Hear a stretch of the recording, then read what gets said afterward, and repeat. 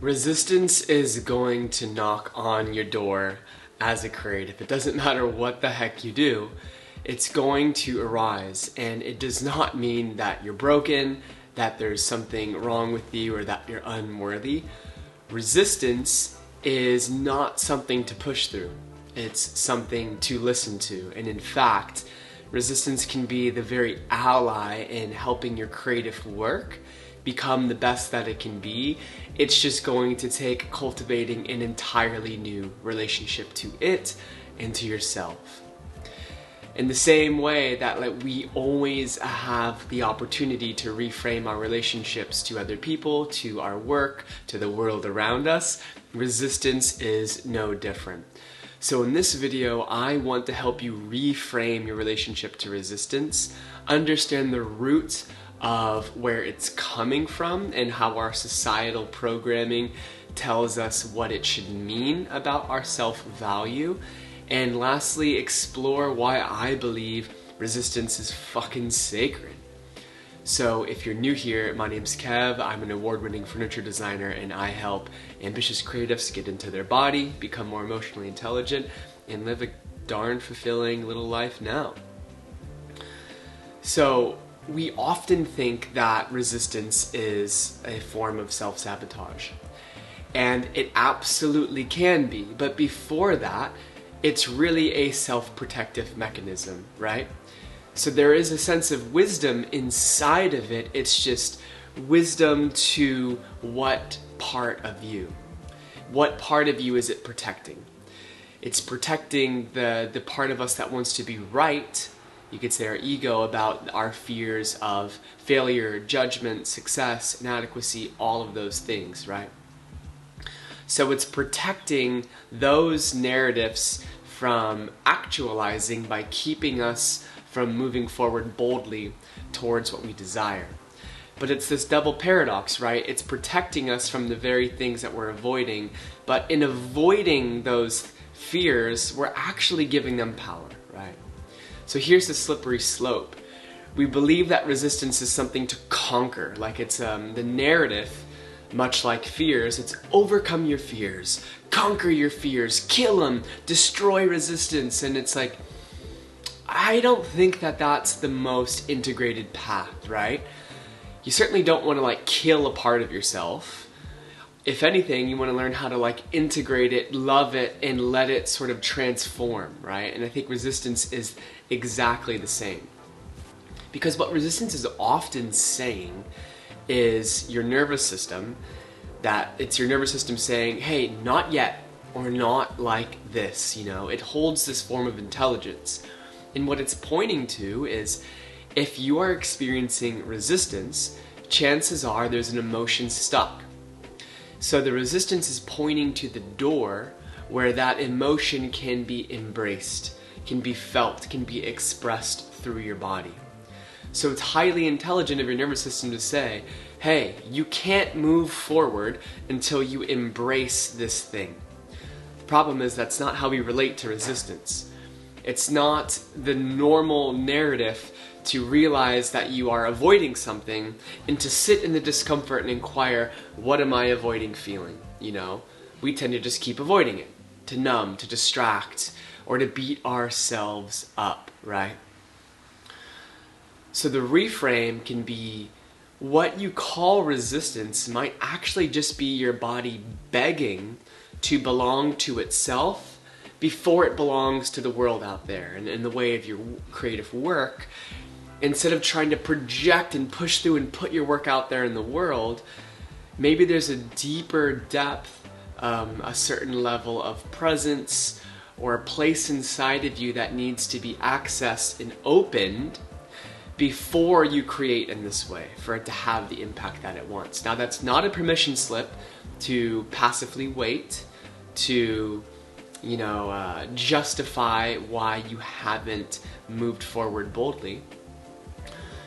You're not to blame, but now you are responsible for where you are in your life, right? So if resistance has been something keeping you between stepping towards the life that you crave, you're not to blame, but now you're responsible for creating that life and moving towards it if you want to move towards it if you actually want it. And that requires you being able to sit in the discomfort of what resistance is pointing towards. Sitting with your emotions of shame, of the fear of not being good enough, of the grief for not being where you want to be. Grief, creative grief is a real thing. Let me speak to that for a moment. There are so many projects, so many ideas that have gone unexpressed through me, and there is an experience of grief for me in that I haven't been able to devote the time, nor have had the capacity to feel confident, connected, clear, worthy enough to pursue some of those dreams. That's a real fucking thing, you know? So that could be the thing that's actually, quote, blocking you. Resistance is saying, hey, there's some grief here you need to move through before you can step boldly, right? So the roots of resistance are, I don't want to say self-explanatory, but I think there's enough language around them to where I think we can start to understand it's mostly about, you know, our previous traumas and the behavioral adaptations that have arisen out of those. To become a perfectionist, to become a people pleaser. You know, we have this fear of being seen, so we hide, or we try to be perfect all the time. And again, like that unmet creative grief is a huge part of what keeps us stuck in resistance and where it's emanating from. So it's not a random thing. Resistance doesn't just show up at random because it's deciding, hey, today I'm just going to challenge you. Maybe that's a beautiful frame to look at it, but it's really a patterned response.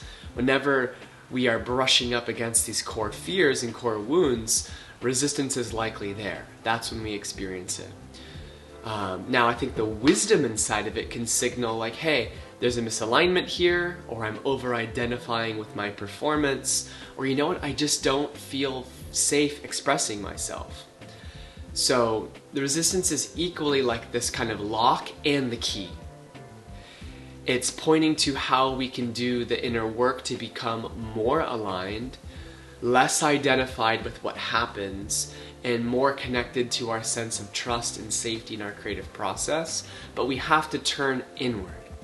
Resistance isn't something to outwardly push through. We have to turn inward and really learn to embrace it from the inside out, and really learn the wisdom that it's trying to help us embody. Which some easy somatic practices you can do is just the literal pause.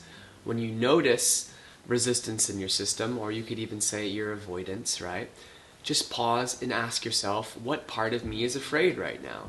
And you can get beneath the surface. Like, is this resistance, or is there actually some redirection? Like, is this needing to have that discernment between what is your old story and what is the truth of who you are trying to move through you. Now that takes some serious connection to yourself to be able to have that discernment, which is why this work is so nuanced, and which is why I invite you to check out the Embodied Creator Toolkit, because it helps you get into like the deep, nuanced, experimental work of connecting to yourself in a fun way. Because the difference between resistance and redirection has to be your deep connection to your intuition, your gut, your core, your power. Because you can think that it's redirection all day long and keep jumping from project to project to project to project, never getting anything done, saying, this is exactly what I need, this is where I feel led, when it's really you just avoiding the reality of feeling uncomfortable for not completing a project and seeing how that makes you feel. Ooh, you know, that's a different story. But when we start to get beneath the surface, is this resistance? Is this redirection? Is this my old story? Is this something new trying to move through me? We can give resistance a voice. So let resistance speak. And so practice is to journal as your resistance. Don't be heady about it.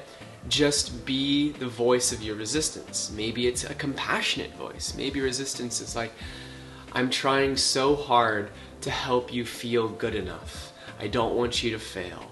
I don't want you to X, Y, Z. Or maybe it's like a military sergeant and it's like, you're not fucking good enough, why try anyways? Who knows? Find out what that voice is and get connected to it. And try to find out what it's protecting you from, so that you can move slowly towards that thing. if it's trying to protect you from a future where you don't feel good enough so you don't ever take actions towards realizing the dreams that you crave, move slowly towards those actions. Move from a place of regulation, come back to the body, breathe, and move confidently and slowly instead of pushing through. You don't need to push through. We often think of resistance as something that we need to override. That's bullshit. It's something that we need to listen to, And so why I think resistance is such a sacred ally is it's really our invitation back into our bodies. For me, I find that resistance arises when I'm getting too heady about something.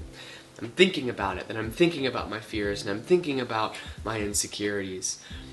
And what that is offering us is a reflection, an invitation to come back into the body, right?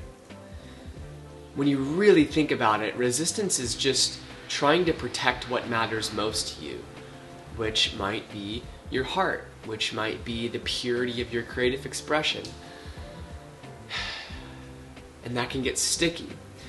But when we listen to resistance, take a pause, and reconnect to our body, it's allowing us the space to slow down enough to really find what's true.